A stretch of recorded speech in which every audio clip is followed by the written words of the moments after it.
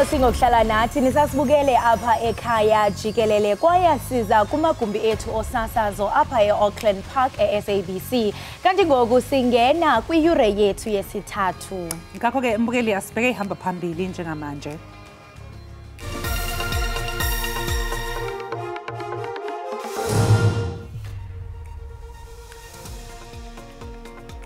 Kunembiko ethi sekuqubuke ezinye izehlakalo zokunqunyiswa ngomlilo kwamaloli emgwaqeni ongithela waye ku-N2 empangeni ogwini lwasenyakatho yeKwaZulu-Natal kanti sihlele ukukhuluma nentatheli yethu ngalokhu.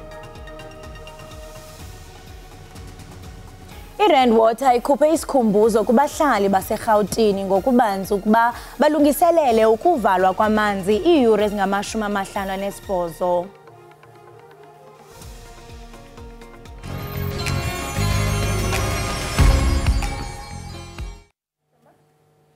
Kuphuma ingxelo zokutshiswa kwelori kuhola wendlela we-N2 ngasempangeni kunxwemo semantla KwaZulu-Natal.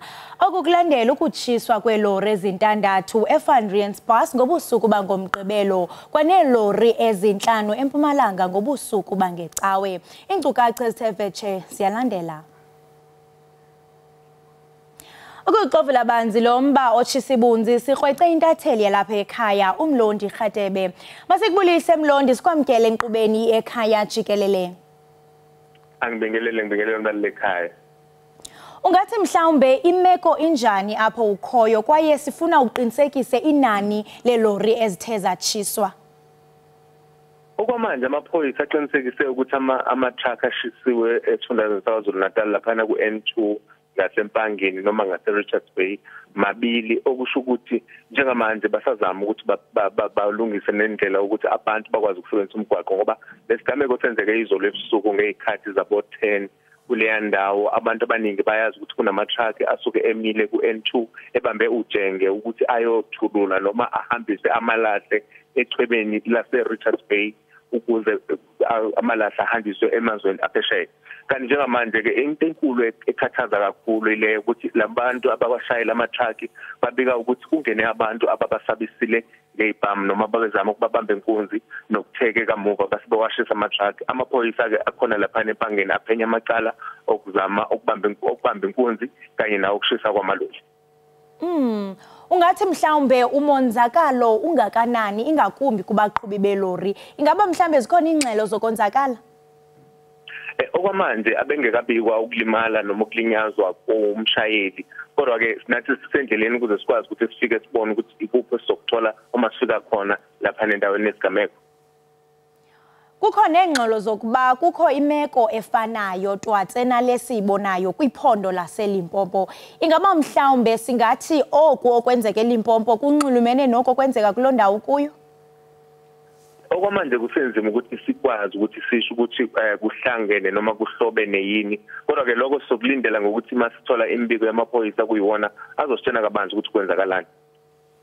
Masibambe ngazo zozibini ngexesha lakho siyathemba into yokubana kuyovela isisambululo koku. Yebo. Lowo ke mbukeli besithetha naye nguye kaloku umlondi Rhatebe oyintatheli yethu yalapha eSABC esixelela banzi kaloku ngalomba ocabukichaka wayo ilori ezithe zatshiswa. Xa sebemgama ngovimba wethu iRand Water ikhuphe isikhumbuzo kubahlali baseGauteng ngokubanzi ukuba balungiselele ukuvalwa kwamanzi iiyure ezingama-58. Ukuvalwa kwamanzi kulindelekile ukuba kuqale ngentsimbi yesi-7 ngokuhlwa kude kube ngolwesihlanu kusasa kwaye ezinye iindawo zisenongabi namanzi ixesha elide. Uninzi lwezixeko eziseGauteng liza kuchaphazeleka ngokunjalo noomasipala abafana noomasipala waseRustenburg kunye nesixeko saseMogale.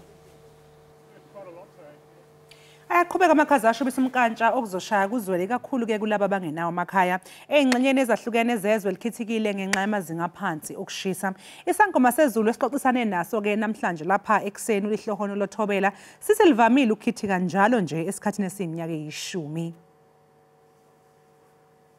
Into enokwenzeka khona ukudlula lapho kweminyaka owu-10 every 10 years bayibiza i-decade bobo inokwenzeka khona ukuthi kube nawo ukuthi likhithikile, kodwa-ke akuyona into enjwayelo eyenzeka ngemihla lokhu ukuthi singathi ayivele sesiyilindele, kodwa yona into yona engasunga ukuthi ayikaze yenzeka qobo, ngokuthi kona ukugcina kwayo kwenzeka kwakungo-August okwenyaka eyadlula ka-2012.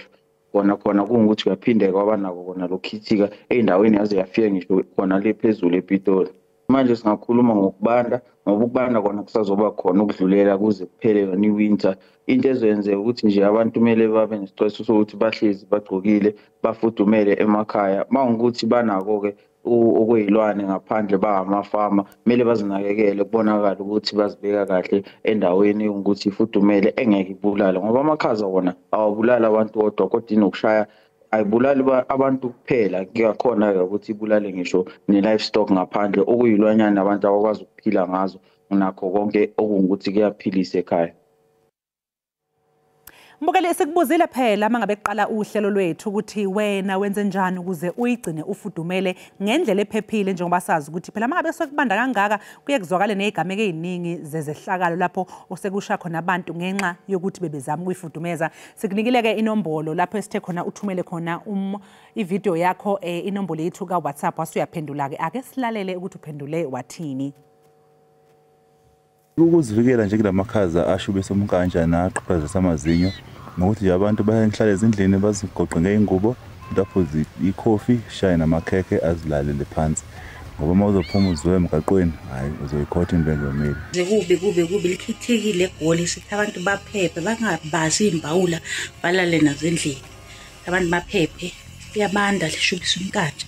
Kanzima lamakhaza, kodwa mina ngenza isiqiniseko sokuthi okuyiphephisa kuwona ngigqoka izingubo ezifudumele, engenze ngaphoke semandleni, ngiphuze ikhofi eshisayo, noma sengibele ngembathe ingubo eyifudumele. Khithike nje yonke indawo, nakhona la eThekwini kuyabanda, kodwa nje kuzigcina nje ngihlale ngifudumele, yikho nje ukuhlala endlini noma ugesi ungekho kumnyama, kodwa nje hayi ngisendlini ngifudumele. Nje la ngikhona umsakazi liyayishaya nje, besinxuseka abantu ukuthi abakhele endaweni ezisezantsi ezingasemfuleni bazama ukuthi babaleke amanzi angafika abathathe. Abantu babhasopa amakhandlela, umuntu engalala ekhanyise ikhandlela. Indlela esizifudumeza ngayo akube indlela ephephile. Uma ngaba usebenzise heat ubheke ukuthi ingaqhumi ibe sichisindle. Indlela yokuzifudumeza yona ibalekile ukuthi ingahambi nomphefumulo. Liyayishaya abantu abazama ukuthi babheke endaweni ezantsi emanzini, bazama ukuthi banyukele phezulu, kubi kakhulu. Yabo nje isimo sezulu siyabheda futhi. Kulindeleke ukuba avele enkundleni ngomhla we-13 kweyeKhala otyholwa ngokutshisa ipalamente. Inkundla ephakamileyo yaseKapa iyalele ukuba ingxelo yengqondo kaMafe ingaxelwa okwangoku. uMafe uthunyelwe ukuba ayokuhlolwa ingqondo kwisibhedlele sabagula ngengqondo eFort England eMpuma Koloni. Izisulu zeyikhukhula Eastern Cape zizama kanzima ukulungisa impilo yazo. Sekuyiminyaka emithathu kwehle esisehlo, olusapho olunamalungu alithoba lusasokola. Indlu ebelunayo isemgangathweni yamoshwa yimvula eyayisina ngamandla. uNomantulentule Nywaki usebenza etiphini nalapho achola inkukuma enothi iphinde isebenziseke. Olusapho luxhomekeke kwimali athi ayifumane kulomsebenzi. Impilo esiyiphilayo akonahlala kulendlu ziba yi9 ngaphakathi. Xa kunetha siye sibaleke sohlala next door, silale pha next door. Sibuye xa imvula iyekile ngoba kwayona inamaqabaza pha phakathi. Ukungabikho kwemali kwelikhaya kubangele omnye wabantwana ukuba ayeke isikolo kuba kungekho mali yokumkhwelisa xa esiya esikolweni. Into yeke isikolo ayindeli right, ayinto elungileyo. Bona abanye abantwana besiya esikolweni nongayi. Ziva kabuhlungu kakhulu. Olusapho luthi akukabikho ncedo balifumeneyo kurhulumente ukuzothi kangoku. Ikomiti yewadi ityhola ngelithi amasebe achaphazelekayo koku analo ulwazi ngale meko. Sabonto ba masiye kuceba but kungabikho nto basenzela yona. Ithuba ke lide kumane kuthiwa ke masilinde unyaka mali ke agqithe abengenzelwa nto usisi apha. Isebe liyaqinisekisa ukuba ngenene uhlolo lwemeko kasisi Nomantulele Nywaki lwenziwa lisebe. Uhlolo olo labonisa ukuba ukulungele ukwakhelwa indlu yenkxaso karhulumente, waze wabhaliswa kwinkqubo ye-housing subsidy system. Isebe lokuhlaliswa koluntu lijamelene nomngeni wokukhawulelana nesisombululo esisigxila ngakwiintsapho ezachaphazeleka kwintlekele. Nanjengoko olusapho lakwanywaki lusalinde kurhulumente seluqalile ukutena izitena zodaka ngeenjongo zokwakha indlu engcono. Ndingunomzwanele Mngoma kwiindaba ze-SABC eMthatha.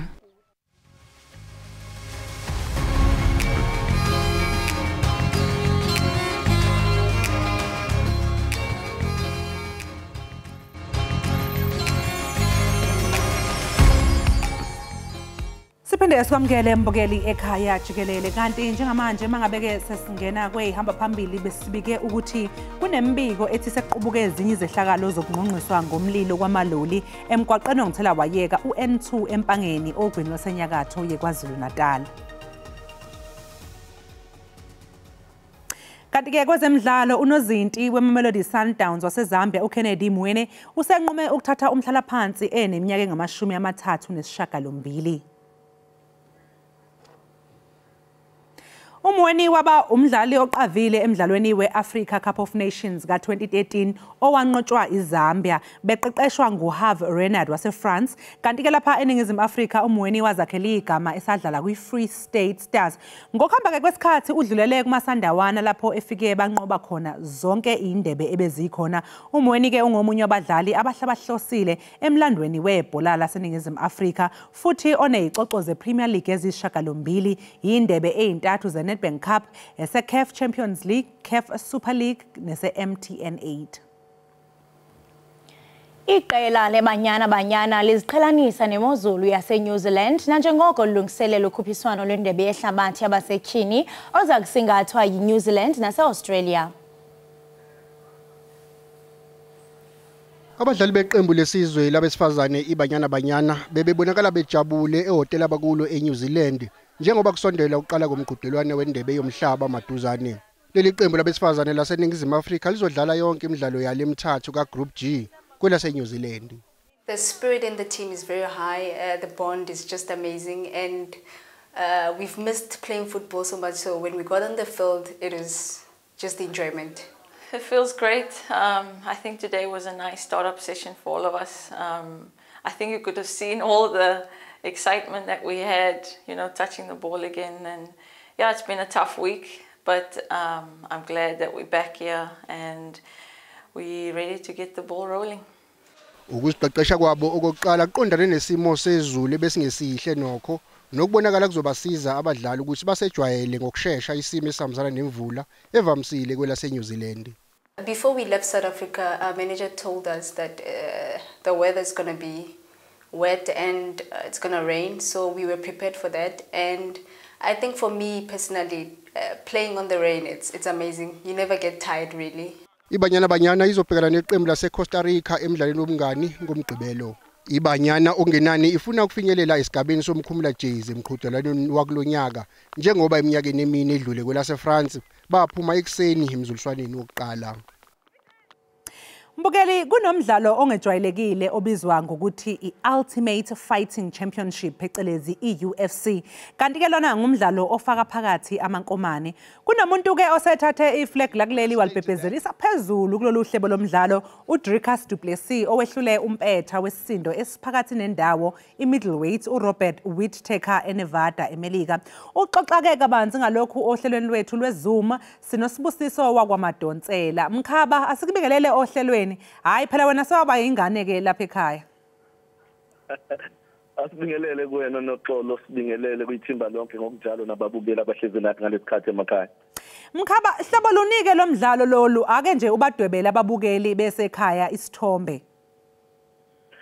Njengoba usuke wathi ukuthi halamuzi kancane nje mamtshalo ukuthi umdlalo lo i-UFC Ultimate Fighting Championship umdlalo impela obungajwayelekile izeke noma ke usungenisa ekutheni ke abantu bawujwayele umdlalo lo owaqala ke ukuduma kakhulu phesheya kwelwandle kodwa ke ngenxa yokuthi ke nathi la eNingizimu Afrika nase-Afrika sathe siba nazo insizwa nezintokazi ezine interest noma ke ezingakujabulela ukudlala lo mdlalo zase zawujwayela ke zawudlala bayadlala baqala ke bakhuphuka njengoba ke bekhona ke insizwa sifana esizokhuluma nje ngayo namhlanje uDricus du Plessis njengoba usho ukuthi usezakhele igama umdlalo ke lo unompempe oyeyayidedele insizwa idlane ngamankomane zikhahlelane kube nje kodwa ke ikhona ke nemithetho yakhona kanje ngokuthi umuntu awumfaka umuntu esweni umuntu awumkhahlele esithweni sakhe sangasese ngoba lokho kungakwenza ukuthi ke udisqualify ugcine usuyilose into kodwa nje kuthi akufane neboxing noma ke ngithi nekickboxing izeke noma ke imithetho yakhona ihluka lapha nalapha ya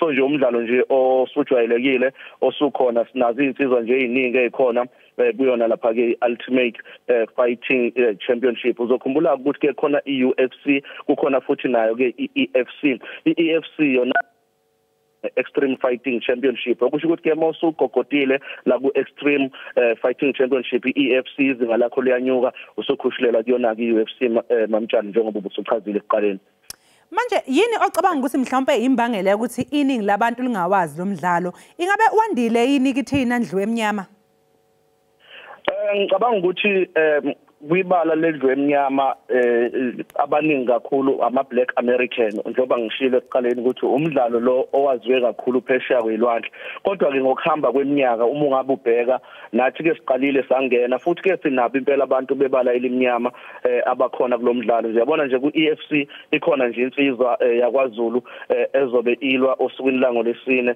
ezobe itholane phezulu noSethwape so bakhona abantu bebala elimnyama yizeke bengabaningi kangako kodwa ke bakhona laba esibabiza ukuthi amakhaladi iningi la kubona bathe kuba nesibalo esithe ukuthi xaxa abamhlopheke ke vele ke bakhule ngaso basijwayele bayasazi kakhulu kodwa ke nathi nje emnyama ngiyacabanga ukuthi eminyakeni engemngakanani kusuka manje ukubheka phambili so bese sikwazi ukuthi ke sibe nabo abadlali ba-UFC abasezingeni eliphezulu njengoba sebekhona vele abanye sebekhona abasimele sizwe laseNingizimu Afrika ngokunjalo nezwekazi lase-Afrika lo mdlali ke esixoxa ngaye lapha uDricus usebuya phesheya eNevada wafike khona wanqoba ke ingabe ngambeka yini ezingeni lezinye ingwazi eseyike zamela izwe phesheya kwilwandle uDricus du Plessis insizwa enhle kakhulu kulomdlalo engicabanga ukuthi ke izoba nekusasa eliqhakazile ngoba uma ngabubuka iminyaka yakhe samvumela wazalwa ngomhla ka14 kuJanuary 1994 kumenza ukuthi ke kushuthi uneminyaka ewu29 so iminyaka yakhe semihle kakhulu isamvumela ngiyacabanga ukuthi ke uzolokho ekhula unyaka nonyaka ngoba uma ngabe umbuka lensizwa ke ezalwa lapha yana ke eHartfield ePretoria yena ke uDricus uyakhombisa ukuthi umdlali osezingeni eliphezulu kakhulu esingathembela kuyena siyizwe laseNingizimu Afrika ngoba noma ubuka uhlehla empini zakhe akamuhle ekutheni ke akwazi ukuthi abhekane nembangi yakhe uma ngabe seringini indlela nje ahleze edla ngayo ukuthi ke akushaye nge-KO mhlambe ke akulahle phansi kuze kuphuze unompempe noma ke kunalento ke abayibiza ngokuthi ilo we are decide ukuthi ke cha ngiyathepha manje ngeke ngisakhona ukuqhubeka nalempi because lensizwa le ingenhle izinto zakhe ke eziningi nje uyiwine ngayo ilo i-submission bayibiza ukuthi i-submission leyo ndlela leyo yokuthi ke ushaye phansi noma ushaye kuyo umuntu ukuthi ke cha ndoda hayi ungibambe kabi ngezwe uyavaleka umoya noma ngiyaphuka kanti futhi ezinye izinto zakhe uyiwina nge-knockout kodwa nje ezimpini aseyilwile makuthiwa uwina nge-decision iyodwa nje kuphela leyo mpo kusho kona ukuthi ke unendlela yakhe yedwa yokuthi ke mina mangifuna ukuzivimba ngiyami kufanele ngikwazi ukuthi ke ngiyinike ithuba lokho ikwenza lokho ekwenzayo lokho ngishaya ngoba ngaso sonke isikhathi ngamaphuzu basuke behamba phambili kunayo kodwa mayike walithola nje ithuba lokuthi akuvalele khoneni wenza sure ukuthi uyaqinisekisa ukuthi uyaqeda ngawo so ingakho ke ngithi ke uDricus insizwa nje impela enamava engikholela ukuthi izokwazi ukuthi ke ilumele izwe laseNingizimu Afrika ngoba mangabe ubheka kulempa beyilwa no Robert Whittaker usebenzise bona ubuchule bakhe bokuthi ke lona ngiyambona ukuthi ke unesisindo esikhulu uzongilimaza uma ngabe ngizofuna ukulokhu ngithi ngilwa naye impi evulelekile angivele ngithola indlela yokuthi ke mayike walahla wangena ekhoneni ngivele ngiqede ngaye nangempela wakwazi uDricus ukuthi kuyamvalele ekhoneni unompempe wabona ukuthi hayi uRobert usexakekile mangamnyeka aqhubeke manje uzogcina selimala kakhulu kunakuqala ngoba vele bese bemdabulile ngendololwane esevuza igazi vele nje emzulisaneni wesibili ingabe njani ke mkhabi ikusasa lika Dricus njengoba nje ke esenqobe eLas Vegas ngicabanga ukuthi uDu Plessis ikusasa lakhe liqhakazile kakhulu uma ungabubuka ezimpini ezu22 ezedlule ukwazile ukuthi anqobe izimpi ezu20 wahlulwa ezu2 kuphela kulezi ezu2 eyodwa bamshanga knockout eyodwa bamshanga submission kanti ke ezimpini ezu10 yena ukwazile ukuthi kuyawina ngesubmission kweyodwa wawina ngedecision la sekusho khona amajaji ukuthi ke amaphuzu akhe angakanani kanti ke ewu9 inqobe ngeknockout la ngizombona khona ukuthi ke uDuplessis uyinsizwa ngempela ngifuna ukumbona lese-UFC njengoba ke sekwazile ukunqoba ke emazingeni aphakathi nendawo kumenza ukuthi ke alithole ithuba lokuthi ke ayolwa nezinkuzimalanga njengoba naye sekhomisile ukuthi ungomunye wabantu ke abangathembela kuyena ngoba ukuthatha umuntu osasemncane kulomdlalo uyomdlalisa nezingwazi sekade zaqala ukudlala khona kuyingozi kakhulu because uzomqhatha nabantu alimale njengoba uye ubuke noma ubuka lo mdlalo ukuthi umdlalo nje impela onesihluku ngendlela eyisimanga bayabambana sonke kube ngathi ke uyaphuka kanti awuphuki so kudinga ukuthi ke masufika empini ye-UFC belt uqeqesheke ngempela so ngicabanga ukuthi ke uDricus uready kunempi yakhe futhi elandelayo engifuna ukuyibona ile ngishoyo ukuthi ke ngempela uzokwazi yini ukuthi ke simthembe njengama South African ukuthi hayi cha nathi sesinayo ingwazi ekwazi ukuthi ke isimele kulomdlalo lo. Usakhuluma ngayo ingwazi ingabe lolu hlobo lomdlalo luyakuthola yini ukwesekwa wemkhaba okufanele njengezinye izinhlobo zemidlalo ezifaka phakathi o-rugby, o-cricket, netball njalo njalo. Kakhulu mamtshali kakhulu uyabona nje izimpi zakhona uma ngabe kudlalwa stadium zakhona ngoba kuye kube imidlalo indoor kuye kudlalele auditorium kanjalo bese kubeka stage part nendawo kuhlezi kugcwele izimpi zakhona nje isikhathi esiningi ziba ngama sold out uthola ukuthi amathikithi adayiswe aphela ngendlela ke abantu asebeuqonda ngakhona nangendlela futhi abawuthanda ngakhona okunye ke futhi lo mdlalo le unemali ngendlela eyisimanga uma ngabe ubuka abaxhasi bawo bayaqinisekisa ukuthi bayayifaka imali ngisho kuthiwa uyahamba impela uye endaweni la kufike mhlambe kufakwe khona imali ukuthi ke ngithi mina na kanjani uDricus uyayinqoba lempi iyangena futhi imali kakhulu baphinde bakwazi ukuthi ke abantu bawunqobe imali bayithathe zibe ngakubona so ngicabanga nje ukuthi ke mamtshali ngafushane nje ukwesekwa kusezingeni eliphezulu kakhulu kusukela kubalandeli bawo abawulandelayo ngisho ubona abadlali bawo lomdlalo lo UFC siyesibone abanye befika nomakoti babo mayiseqeda unqobo umakoti ajabula khuphuke ezeringini basekwa kuma families imphakathi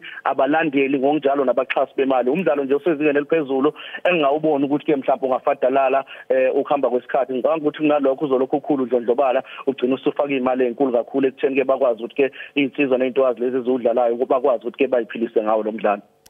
Hayi cha kusho ukuthi umusho njalo ke emkhaba kusho khona ukuthi mangathiwa lemidlalo iyabanjwa nje ikakhulukazi lapha eNingizimu Afrika kungagcwala inkundla impela. Ya kakhulu ingagcwala impela ngoba siyazi ukuthi ke bavele bakhona nabahlala bewuhlalele nje bawubuye kumabona kude umuntu azalalele ethi ngiyakhumbula nje nami ngelinye ilanga ngigqoke ikepisi la UFC umfanyana omncane nje mangaphosiswa eneminyaka eyisishiyagalombili 8 years wangibuza ukuthi ke are you a good fighter ngitshela ukuthi ke nami njengoba ngifaka ikepisi le-UFC mhlawumbe nami ngomunye wabantu abayidlalayo kanti cha nami isport engisithandayo ngisilandelelayo so uma sikwazi ukuthi ke sibone umfana osemncane neminyaka ewu8 kusho kona ukuthi ke hayi nakanjani ke akukho la uyophela khona lo mdlalo ngaso sonke isikhathi yolokhu khula nje usekwa nala iNingizimu Afrika bayawuthanda baningi bawubuka kumabona kude kwesinye isikhathi kuke kwenzeke lezi zinto ezincane isemazingeni aphansi uthola ukuthi ke iqhathiwe ko-Cape Town kugcwala abantu baphume bezobuka bukhoma lo mdlalo ngoba kusekukhona abashayi abasezingeni eliphezulu asebevela sebezakhela igama kona lomdlalo. Hayi cha. Siyabonga kakhulu ke Mkhaba ngesikhathi sakho. Sibonga nje nangolwazi lwakho ke shothi nothando lwakho lwezemidlalo ngoba ilapha esincela khona nje thina ke nabanye ngiyazi ukuthi angiyikhulumele mina ngedwa. Ikakhulukazi nje nabanye abangazazi oba bengasazi nje lo mdlalo nguqala nje oba nje usungichazela nje hayi sengiyazizwa ukuthi hayi cha ke nami sekukhona sengingakusho ngawo lo mdlalo sengiyawazi. Sibonga kakhulu ngesikhathi sakho. Mbukeli njengamanje ke siqu eyitolo sizobuya futhi kungekudala.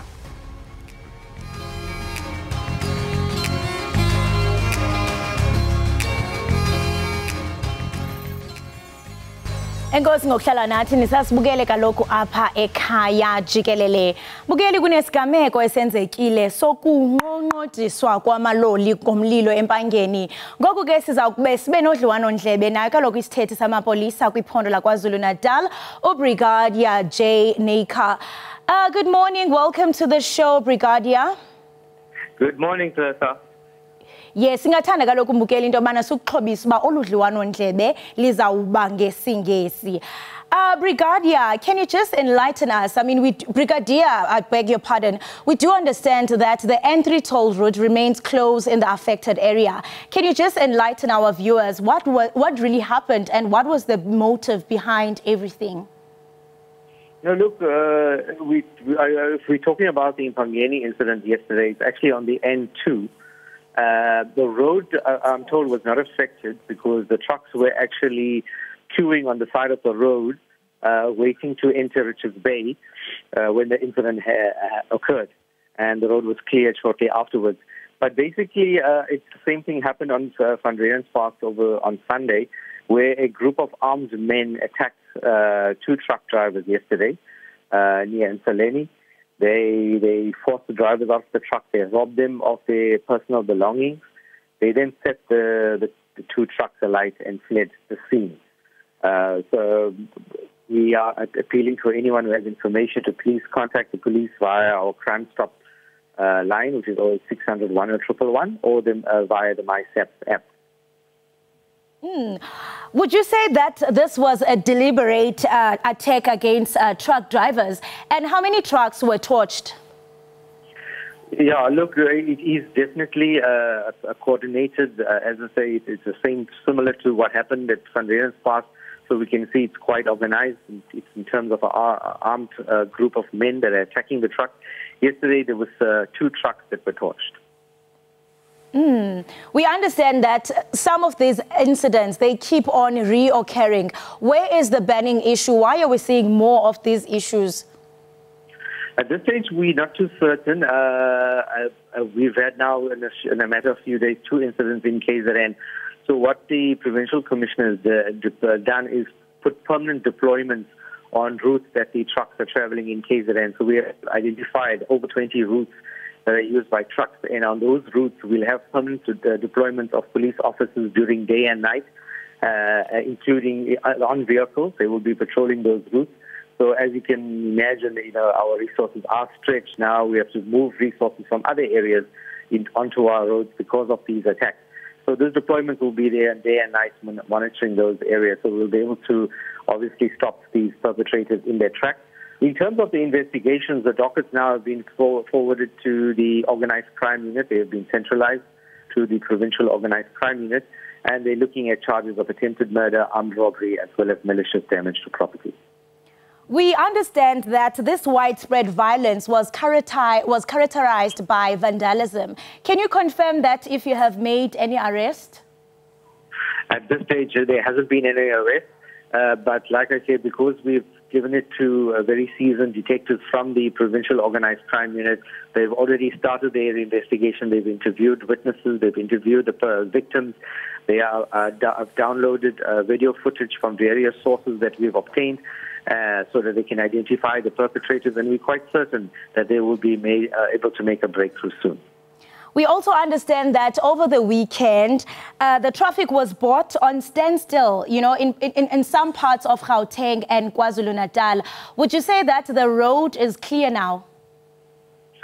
The roads in KZN are clear. We have also taken note of other provinces that have similar incidents.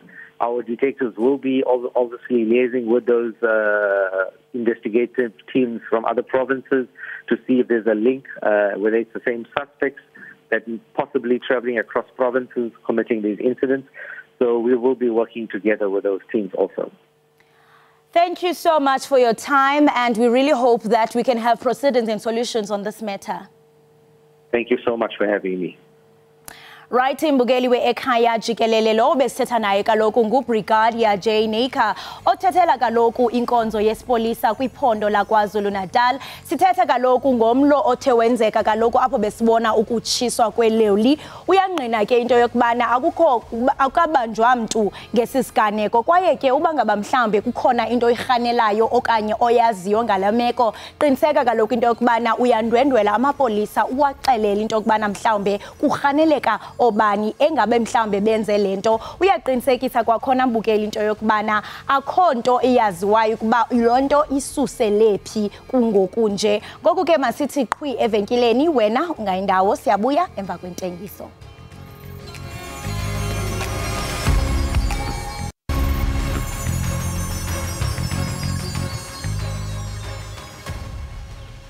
Enkosi ngokuhlala nathi nisasibukele kaloku apha ekhaya Jikelele. Ababini kwabalishumi elinesibini abatyholwa ngokubaleka entolongweni kukaThabo Bester baza kufaka isicelo sebeyili namhlanje. Joel Mageta kunye nomweketsi Ramalula baza kuvela kwinkundla kaMantyi yaseBloemfontein. Umbuzo kukuba ingaba athina amathuba ukuba uMantyi anike ibeyili kwabo bafake izicelo namhlanje. Sihlabele Mgama Mbukeli, uMamtshali uzasinikeza iweather. Kanti ke njengamanje babukeli ake sibhekeke isimo sezulu ukuthi sime kanjani. Siyazi khona ukuthi hayi isimo impela sishubisa umkanja eindaweni nasengxini eziningi zezwe. Kodwa nje zibonele wena mbukeli. Izakhamuzi eziningi zaseGauteng zivole ikhithikile namhlanje kuseni. Bekuqala ukukhithika kusukela ngo-2012. It's often a misconception that you need to drop below zero to have snow. It was about -1 this morning driving in. It's a bit warmer now, and you actually need slightly warmer weather for that snow to form. And often in the UK, you'd see it snowing at around 4 degrees. Ezinye izakhamuzi zaseKimberley Northern Cape besiqhuqwa amakhaza emva kwalomsingo ubandayo. Abanye bathe kunzima ukusebenza ngaphansi kwalezimo. Abahlala emgwaqweni bathi abanayo indawo yokufihla ikhanda, izingubo zongibatha kanye nazasebusika esifudumele. I've never experienced coolness like this before, especially in Northern Cape. I'll never experience coolness like this. But this coolness, you can see this coolness. It's gonna kill even street kids. It's gonna hurt them. So, a lot of people are asking people and the social development to give support to the street kids because street kids are already dying about this coldness. And I'm asking, please, people, can these people help us? With blankets, whatever, just everything, warm clothes, warm jackets, warm sneakers. Izingubo zongibatha izona esisiza abaningi ukuthi bafudumale eMahikeng eNorthwest. This weather is too much cold, even you can wear a blanket. And this weather is too much cold. Kukhithikile nasezindaweni eziphezulu eEastern Cape okholela ekutheni eminye imigwaqo ivalwe. It's been wonderful, I must say, but very cold. Especially my fingers, hey, they're so cold, they are freezing. Izangoma zezulu zithi kuzoqhubeka ukubanda isonto lonke. Umongameli we-ANC uCyril Ramaphosa uthe isicwangciso sabo sokubeka ilizwe elibukhali kwizithembiso zabo kubanika ithuba elihle lokuphumelela unyulo lukazwelonke oluza kubanjwa kunyaka ozayo. uRamaphosa ukwalumkise abaphathiswa abangawenzi kakuhle umsebenzi wabo ngelithi baza kugxothwa ukuba bathe iqolo ungenzi into elindelekileyo kubo. I-ANC isewuqalile umkhankaso wokhetho langonyaka ozayo. Umengameli waleli qembu elibusayo uCyril Ramaphosa uthi iqembu kufanele livume lapho elenze khona amaphutha liphinde likuveze nokuhle eselikwenzile. uRamaphosa uqhubeke wathi yize ziningi izingqinamba ezikhungethwe izwe kodwa lokho akusho ukuthi iqembu elibusayo liyahluleka ukuhola. The glass is not empty. The glass is half full and moving towards being full. That's precisely where we are. Ukusungulwa kwamathuba emisebenzi yona nto elisayibheke kakhulu leli qembu elibusayo. Poverty is one of our key objectives in terms of reducing it. The Statistician General said it has been coming down from the 17% to 7%. I-ANC ithi izowudla umhlanganiso okhethweni langonyaka ozayo yize leli qembu libhekene nezingqinamba. Believe that we've got a really good platform for the African National Congress to go to the 2024 elections with victory wrapped around our hands without any doubt. Elakuleli lizovotela uhulumeni omusha ngonyaka ozayo kanti amaqembu ezombusazwe aphikisayo afuna ukusebenzisa isimo samanje sakulelizwe eqinisekiseni ukuthi ayikhali yemuke nalo lolu khetho i-ANC. Ngingusamkele Maseko ngibekela izindaba ze-SABC eBoksburg. Ukwanda kwezigameko zokubulawa kwamakhansela kwaZulu-Natal kunefuze lelibi lokungabikho kozinzo komasipala abathile esifundazweni. Yisexwayiso lesi esidalulwe usihlalo weSalga kwaZulu-Natal uThamintuli. Kubukeka kusenzima ukunqanda ukubulawa kwamakhansela kwaZulu-Natal. Ngeminyaka yo-1980 kuya ko-1990 lesifundazwe sesikhungethwe udlame olwabe luphakathi kwabeseka i-ANC ne-IFP. Wayengundunankulu wesifundazwe umnumzana uWillis Mchunu wasungula ikhomishana eyabe iphenya ngokubulawa kosopolitiki iMorane Commission ngo-2016. Phakathi ke kwezinye izincomo zale khomishana kwatholakala ukuthi ke izinhlaka zomthetho asisebenzi ngendlela ke efanele ukunqanda lezi igameko. Umhlaziyi wezepolitiki ke usolwazi uBheki Mngomezulu uthi lezi igameko zidinga ukuthathelwa ke izinyathelo ngokusheshsha. Ngoba abaholi bayaphela kanti futhi nakho kuza ukhetho lwango-2024 okusho ukuthi uma isixazululo singasheshi sitholakale asemaningi amakhansela azobulawa. Usihlalo weSalga kwaZulu Natal umnumzana uThami Ntuli uthi lenkinga idinga kube khona ke ukusebenzisana phakathi kwezinhlaka ezehlukene. Uma bengaqala baboshwe abantu bakwazi ukuthi uma besenza lesenzo sokubulala abaholi bezepolitiki bazoboshwa. Bayokusaba ukukwenza. Kodwa inkinga esinayo la isifundazwe saZulu Natal udaba lolu lokuthi nje ibhamu zigcwele yonke indawo. uNtuli uthi lesi sihlava siholela ekutheni ke kukhinyabezeke ukulethwa kwesidingo zomphakathi. Nozinzo komasipala kanye nodaba lentuthuko luyaphazamiseka ngalesi senzo lesenzakala. ISalga ithi ukusebenzisana phakathi kwezinhlaka ezibhekeleleke ukuphepha komphakathi namaphoyisa kungabamba iqhaza ke exazululeni lenkinga. NginguSimphiwe Makhanya wezindaba ze-SABC ngiseThekwini. Amapolisa asempumalanga aphanda ityala lokonakaliswa kwempahla emva kokuba kutshiswe ilori ezinhlanu ebezithwele imithwalo kuhola wendlela u-N4 eMgwenya eMpumalanga. Kusolakala ukuthi amadoda behlomile amise amaloli abamba abashayeli bawo lamaloli inkunzi ngaphambi kokwathungela ngomlilo izolo ebusuku. Lokhu kwenzeka nje naKwaZulu Natal kunqonqiswe ngomlilo amaloli ayisithupha ngempela sonto esibuya kuyo. They pulled me out of the truck and already there I can hear gunshots. The only thing I thought of was running away. Amaloli amathathu abethwele izithelo kanye nokudla kwemfuyo kanti amabili wona abengenalutho. Abashayeli basashaqekile ngokubehlele. Bangishaya ngamabullet ayi2 ngaphambili. Bazoshaya ibullet eyi1 ethiring lelaka driver laka right. Yebo. Base bahlise ematrukini lapho. Babe sekwenzeka ukuthi mangise truckini njalo bathela ipetrol balahlele nomlilo vele nami ngabe sengibalika kanjalo nje. Amaphoyisa athayaphenye ngalesigameko futhi ayiqaphe ngawokhozi lendawo. Sivule umlando we-malicious damage to property ngemva ukuthi izolo ebusuku bashisa amatraka awu5 lokho kusijabulisa ukuthi akekho lo alimeleyo kule incident lena kodwa ke siyaqhubeka nge-investigation yethu. Akukacaci ukuthi ungakanani umonakalo wenzekile kepha kuqagulwa ukuthi ungase ufinyelele ezigidini zamarandi.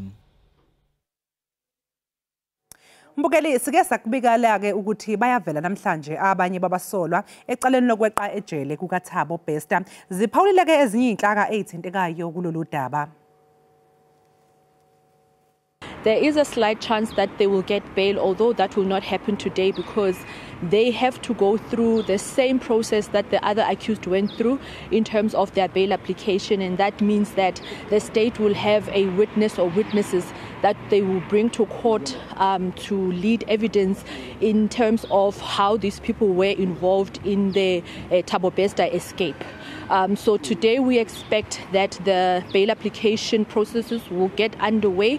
We don't know exactly whether the state will be bringing a witness today and what is going to happen. I do not really think that the proceedings will take as long as it did with the other accused in this matter, because if you remember in the previous proceedings we had 5 people that were applying for bail at the same time, and obviously with that we had legal representatives that would have interrogated the evidence that was led by the state witness. But in this case we have only 2 people who are applying for bail, and that proceedings is not expected to take long.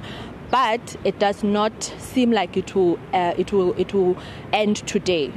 Perhaps the case will be postponed to tomorrow, just to allow the process to go underway. And the legal expert did indicate that these two people, Joel Makheta as well as Mwekezi Ramudula, have a duty now to convince the court that it is in the interest of justice for them to be granted bail. But they have to go through the same process, and should the court grant them bail, then that will be the end of that.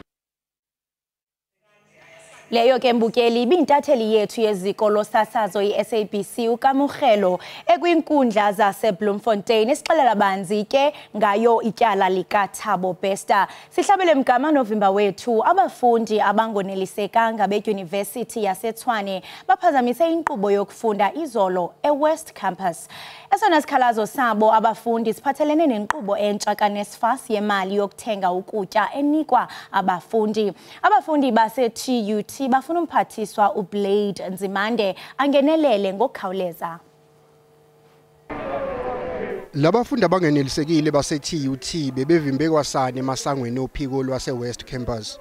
Abezomthetho bebesiqaphile isimo ukuthi singaphumi esandleni. Ukukhalisa ke kakhulu abafundi ukuqoka kwenkampani entsha kuyiyona eseyijutshela ukwaba imali ye-NSFAS kubafundi neusizo lokuthenga ukudla. Ithukuthele ziyaveva inhlangano ezimele abafundi kule nyuvesi. As much as they introduced Izaka as a middleman, as a money laundering scheme, us as the EFFSC are going to make sure that this thing does not continue disbursing funds to students, because there are harshly charges of which we are not going to allow. We are hungry already. If this process is legit and credible, why is it speedily rushed like this? So currently now we are facing an issue where 14,000 plus minus 14,000 of our students are seated at home. They are hungry. They have not received their allowances for June and July. And we've said it to the university that it can never be correct that a company called Izaga is entrusted to facilitate billions of rands of the poor. Abafundi bathi sele kuguqulwe uhlelo lokufaka kwemali yabo yokudla ngenyanga yedlule abakaze bayithole kanjalo nobe kufanele ingene kule nyanga. This thing of Izaka has affected me drastically because I can't even afford to buy a pack of sanitary pads. It's just part of money laundering from the nationals actually who are in higher offices. Abaphathi benyuvesi kanye nabesikhwama se-NSFAS abazange batholakale ukuze baziphendulele kulolu daba.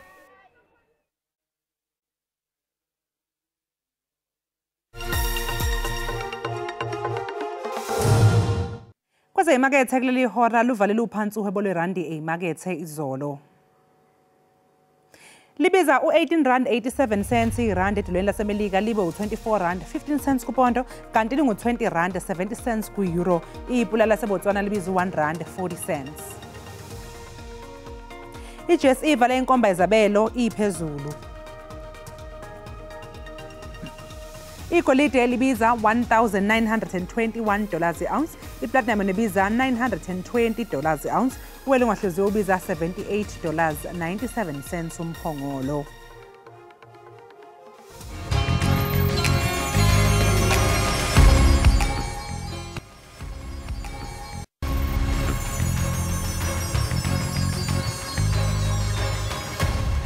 Sikubingelele sikwamukele mbukeli ohlelweni lwethu ekhaya. Mangabe usanda kungena engabe uphuma phi ngoba cha sekusale kancane ukuthi sihambe. Kodwa ke wena mbukeli sikhonzile futhi nje ke sike sakubuza mangabe iqala uhlelo ukuthi ingabe njengoba kubanda kangaka nje Nkosi yami wenze njani nje wena ukuthi uyigcine ufudumele ngendlela ephephile. Sakunikeza ke inombolo ethi 073 111 5775 ukuthi uthumele ke umbono wakho ngevideo ku WhatsApp. Nangempela ke mbukeli wenze njengoba besicelile waphefumula wathi Mna ndizigcine ngozilolonga nangoku ndiyaphuma ndisayozivoca ejimini ubuya kwami ndithatha ishawa ndingena ezingubeni. Nanti lapha entabeni mawuphakamela entabeni iqhwa seliqalile liyagijika kubanda kahle kakhulu. Usibona sihlomile siphethe neqhoko kunjiya ngoba sibalekela ukuthi amagazi asiphume nasezindlini. Indlela endizigcine ngayo mna ndineti iti yami phaca kwebhethi ayiselwa abantwana ndimane ndisithi qha ndiphindele ezingubeni ndilale ndizequme. La emkhazini kaSeziwilisha into ekhona nje amakhaza ngoba imvula liyana kusukela izolo kodwa ayijahle. Asithemba ukuthi na kwezinye indawo abantu baphephile njengoba kulokuzwakala ukuthi ke iloko linenjalo futhi namakhaza aya ngokuqinisa. Nathi sivuke ngayo kulenseni kweli lomntlanjona nangoku ndithi kome namanzi la ethopini sisokola no flash hayi ifikile le ngqola qha into enimangazayo yileyo ba ke ngoku umbane sengisiva ba ngoku ischedule sitshintshile seku stage 4 yeyona izawusibetha ke ingathi ANC ngeyikhawulezisa or kulonyulo kulapho sawudibana khona yagodona mfana yikho into engaya anginalo ke nejazi ongaligcoka nasendlini ngeke ungene yazazi mosuthi uyiphatha kanjani. No, awubakithi yashi njengoba yazi uke washo ulihlonolo lomasikhulumana ngesimo sezulu wathi kubalekile nokunakelekela nezilwane mangabe sifuyile ngoba nazo ziyagodola njengoba kubanda kangaka. Konje ephefumulayo mayoyo nokusi. Azikwamnandi ohlele namhlanje. Surprise ngakuthi Big Zulu ngakuthi Khuzani. Wandenzani kula khona bendikuyo beningasamamotheki imali. Hayi cha uBig Zulu sengiyaqonda ukuthi waye uBig Zulu hayi uBig ngempela mkhulu. Unalando. Giant isikaqaqaqa. Futhi naxa ithetha udimanda la attention uthi lalela ukuthi ngathi ungavela uthi nje yebo baba. Oh hayi bendisho ke mina ndiphani bangithi kunjalo ngempela uyinake babazi. Kodwa ke ndiyacela ke kubabukeli into baba nixolisele kubamtshali.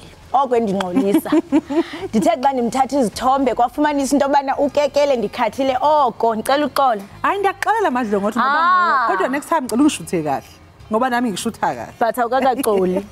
Khululeka inhliziyo yithi xolile ndixolile. Okay. Hayi ke sibambe ngazibini kubo nibabukeli ngokuba nibe nathi ngale mini yanamhlanje bekumnandi kakhulu siyathemba ke uba lembiza sithe sayipheka siyiphekela nina nithe nayo nwabela mani nakhukhuza nalo mathambo kanti. Sibonge kakhulu babukeli ngokusinihlanganyela kanye nathi. Sibonge kakhulu futhi babukeli ngokuthi niyasabalalisa ama video ethu lapha. Phela siya trend thina. Siya trend. Asibone lapha ko Insta. How? I video yami nje ikhona leya bengitshela khona abantu bavuke ngoba basho bona bayivumela bathi nje cha bona they will do the job kuma interviews. Iya trend abantu basithokozela kakhulu siyabonga kakhulu babukeli ngoxhaso lenu. Sibonge nokusinihleze nihlanganyela kanye nathi la ekhaya Jikelele breakfast show. Director Sambeni. Siyabuya ke kusasa ngesikhathi esifanayo nibe nosuku oluhle nisale kahle. Bye.